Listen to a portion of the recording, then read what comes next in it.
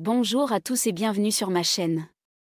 Aujourd'hui, nous allons aborder un sujet qui fait les gros titres depuis quelques jours et qui suscite un immense espoir chez de nombreuses personnes touchées par le cancer. Vous avez probablement entendu parler de cette injection miraculeuse contre le cancer qui ne prendrait que 5 minutes.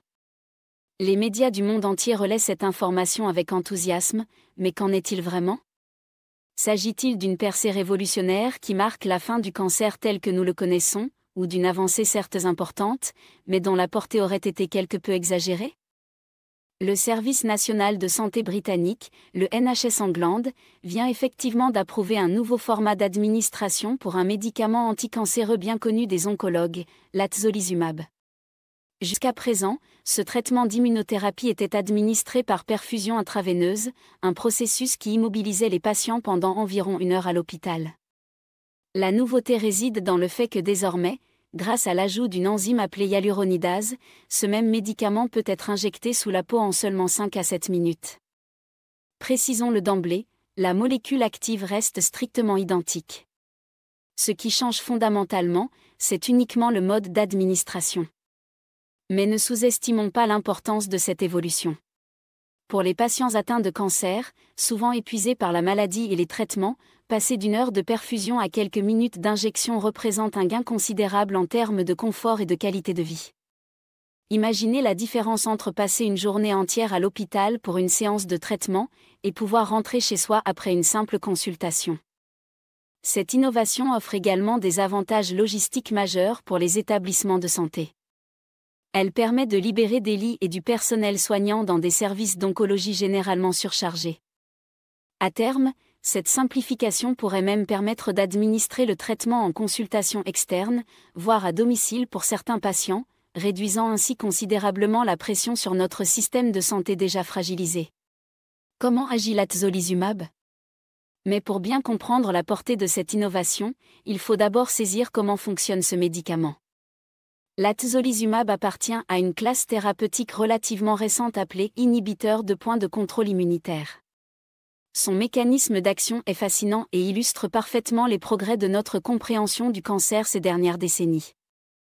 Contrairement aux chimiothérapies traditionnelles qui attaquent directement les cellules cancéreuses ainsi que, malheureusement, de nombreuses cellules saines au passage, l'atezolizumab agit comme un chef d'orchestre de notre système immunitaire.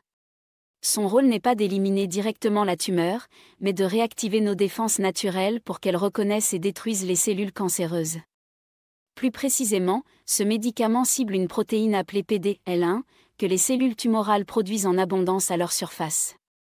Cette protéine agit comme un véritable déguisement moléculaire qui rend les cellules cancéreuses invisibles aux yeux de notre système immunitaire. En se liant à cette protéine PD-L1, l'atezolizumab neutralise ce stratagème d'évasion immunitaire, retirant en quelque sorte le masque derrière lequel se cachait la tumeur. Une fois ce camouflage levé, nos lymphocytes T, véritables soldats du système immunitaire, peuvent à nouveau reconnaître les cellules cancéreuses comme des ennemis et les éliminer efficacement. C'est un peu comme si on retirait la cape d'invisibilité à un adversaire qui se croyait à l'abri. Ce traitement a déjà fait ses preuves contre plusieurs types de tumeurs, notamment le cancer du poumon non à petites cellules, certaines formes de cancer du sein dites triple négatif qui sont particulièrement agressives, ainsi que les formes avancées de cancer de la vessie.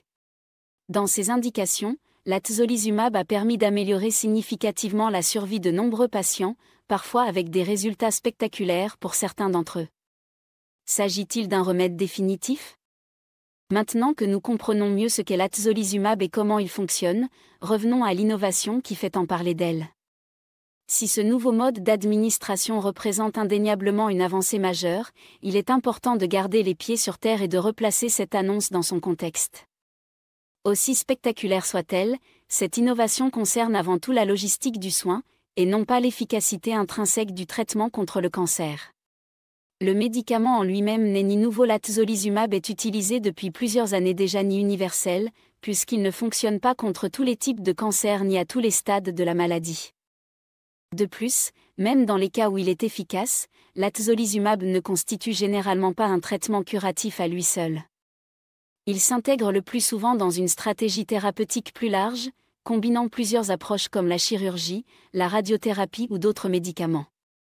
Pour de nombreux patients, il permet de contrôler la maladie pendant des périodes plus ou moins longues, d'améliorer la qualité de vie et de prolonger la survie, mais sans nécessairement éradiquer complètement le cancer. Cela dit, ne minimisons pas l'importance de cette avancée. Pour les milliers de patients qui reçoivent régulièrement ce traitement, passer d'une perfusion longue à une injection rapide représente un gain considérable en termes de confort et de qualité de vie. C'est également une évolution majeure pour l'efficacité de nos services hospitaliers, qui pourront traiter davantage de patients avec les mêmes ressources. Cette innovation nous rapproche donc d'une prise en charge plus humaine et plus flexible du cancer, où les traitements s'adaptent aux patients et non l'inverse. Elle illustre parfaitement comment des améliorations qui peuvent sembler purement techniques ou logistiques peuvent avoir un impact profond sur le vécu quotidien des personnes malades. Où en est la quête du traitement curatif ? Si cette nouvelle voie d'administration de l'atezolizumab ne constitue pas le remède miracle contre le cancer, où en sommes-nous dans la quête d'un traitement véritablement curatif ? La recherche contre le cancer avance sur de multiples fronts, avec des approches de plus en plus sophistiquées et personnalisées. L'une des pistes les plus prometteuses concerne les thérapies cellulaires, notamment la technologie des cellules CAR-T. Il s'agit d'une approche révolutionnaire où l'on prélève des globules blancs du patient avant de les modifier génétiquement en laboratoire pour qu'ils reconnaissent et détruisent spécifiquement les cellules cancéreuses. Une fois réinjectées dans l'organisme, ces cellules reprogrammées agissent comme de véritables missiles guidés contre la tumeur. Cette approche a déjà donné des résultats spectaculaires contre certaines formes de leucémie et de lymphome résistants aux traitements conventionnels. Autre voie de recherche passionnante, les vaccins anti-cancer personnalisés. Contrairement aux vaccins préventifs que nous connaissons tous, ces vaccins thérapeutiques sont conçus sur mesure, en fonction de la signature génétique propre à chaque tumeur. Des entreprises comme BioNTech et Moderna, désormais célèbres pour leurs vaccins ARN messager contre la Covid-19, travaillent activement sur cette technologie. L'idée est d'apprendre au système immunitaire à reconnaître les mutations spécifiques présentes dans les cellules cancéreuses d'un patient donné. La thérapie génique constitue également un champ d'exploration majeur. Elle vise à corriger directement les anomalies génétiques à l'origine du cancer, en remplaçant les gènes défectueux ou en inactivant ceux qui provoquent une croissance cellulaire incontrôlée. Les nouvelles techniques d'édition génomique comme CRISPR-Cas9 ouvrent des perspectives fascinantes dans ce domaine. La nanomédecine représente un autre axe de recherche prometteur. Des nanoparticules, 1000 fois plus petites qu'une cellule humaine, sont conçues pour délivrer précisément des médicaments au cœur des tumeurs, en épargnant les tissus sains environnants. Cette approche pourrait permettre d'utiliser des doses plus élevées de médicaments tout en réduisant considérablement les effets secondaires. Enfin, l'intelligence artificielle révolutionne la recherche anticancéreuse en analysant des quantités massives de données biologiques et cliniques. Ces algorithmes permettent d'identifier de nouvelles cibles thérapeutiques potentielles, de prédire l'efficacité des traitements chez différents patients, et même d'accélérer la découverte de nouvelles molécules. Des systèmes comme AlphaFold de DeepMind peuvent désormais prédire la structure tridimensionnelle des protéines impliquées dans le cancer avec une précision inégalée, facilitant ainsi la conception de médicaments ciblés. Conclusion et perspective. En définitive, la nouvelle injection sous-cutanée d'atezolizumab n'est pas la baguette magique qui efface le cancer d'un coup, mais elle représente une étape importante dans notre combat contre cette maladie complexe. Elle améliore considérablement la qualité de vie des patients, libère des ressources précieuses pour nos hôpitaux déjà surchargés, et démontre que l'ingéniosité humaine continue de repousser les limites dans tous les aspects de la prise en charge du cancer. Le cancer n'est pas une maladie unique, mais plutôt une famille de plusieurs centaines de pathologies différentes, chacune avec ses spécificités génétiques, biologiques et cliniques. Cette complexité explique pourquoi la quête d'un traitement universel reste un défi titanesque. Cependant, les progrès constants sur tous les fronts de l'immunothérapie aux cellules CAR-T, des vaccins personnalisés à l'intelligence artificielle nourrissent un espoir immense pour l'avenir. La recherche contre le cancer illustre parfaitement la puissance de la collaboration scientifique internationale.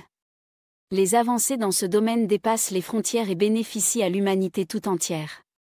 Si un jour un traitement révolutionnaire voit le jour dans un laboratoire, ou qu'il soit dans le monde, nous pouvons être confiants qu'il se diffusera rapidement à travers le globe pour atteindre ceux qui en ont besoin. En attendant ces percées futures, notre mission collective est triple: soutenir activement la recherche qui progresse chaque jour, diffuser une information rigoureuse et accessible sur les avancées médicales, et accompagner avec humanité les personnes touchées par la maladie, en leur offrant les traitements les plus avancés et les plus adaptés à leur situation. Si vous avez apprécié cette mise au point sur l'actualité médicale, n'hésitez pas à vous abonner à ma chaîne et à activer la cloche de notification pour ne manquer aucune de mes prochaines vidéos. N'hésitez pas non plus à partager cette information autour de vous pour combattre les idées reçues et les faux espoirs qui circulent parfois autour des avancées médicales. Merci infiniment pour votre attention. Je suis convaincu que c'est ensemble, par la recherche, l'éducation et la solidarité, que nous progresserons vers la victoire contre le cancer. À très bientôt pour une nouvelle vidéo.